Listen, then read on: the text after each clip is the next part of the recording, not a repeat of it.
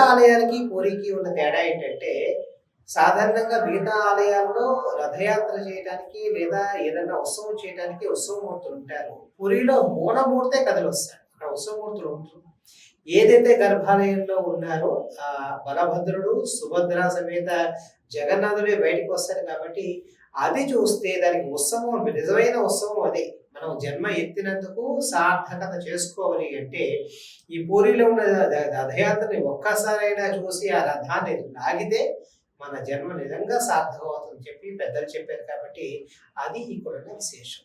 పూరి వరకు వెళ్ళలేని వాళ్ళు చాలా నగరాల్లో, మన భాగ్యనగరంలో కూడా అనేక చోట్ల రథయాత్ర అవుతుంది కాబట్టి మనం అందరం కూడా అక్కడ వెళ్ళి ఆ రథాన్ని లాగడమో లేదా తగు జాగ్రత్తలు తీసుకుని లేదా దూరం నుంచైనా ఆ రథంలో కూర్చోబెట్టిన స్వామిని చూస్తే మన జన్మ సార్థకం అవుతుంది.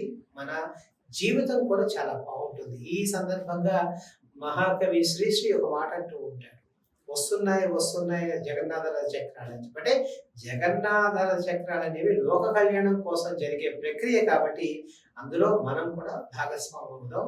జై జగన్నాథ్.